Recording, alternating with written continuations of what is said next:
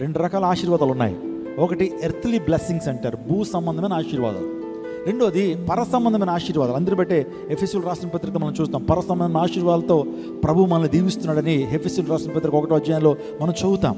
నా ప్రియ దేవుజనాగమా, ఈ యొక్క ఉదయకాల సమయంలో పర సంబంధమైన ఆశీర్వాదాలు అంటే ఏంటి, భూ సంబంధమైన ఆశీర్వాదాలు అంటే ఏంటి?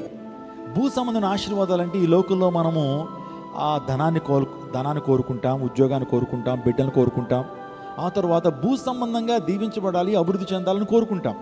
ఒక పదవి కావచ్చు, ఒక ఖ్యాతి కావచ్చు, లేకపోతే ఒక ఉద్యోగం కావచ్చు, నీ జీవితంలో ధనము కావచ్చు, బంగారం కావచ్చు, వెండి సిరి సంపదలు కావచ్చు, స్థలాలు, భూములు, ఇవన్నీ కూడా భూ సంబంధమైన ఆశీర్వాదాలు. అయితే పరసంబంధమైన ఆశీర్వాదాలు అంటే మొదటగా పరసంబంధమైన ఆశీర్వాదాల్లో దేవుడు తన రాజ్యాన్ని, దేవుడు తన యొక్క నిత్య జీవాన్ని నీకు అనుగ్రహిస్తాడు.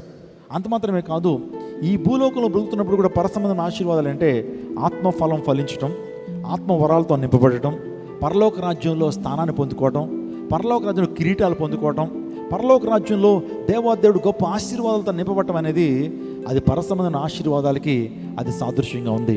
ఇప్పుడు చెప్పండి, నా క్వశ్చన్ ఏంటంటే, ఏది ప్రాముఖ్యం? పరసంబంధమైన ఆశీర్వాదం ప్రాముఖ్యమా, భూ సంబంధమైన ఆశీర్వాదం ప్రాముఖ్యమా?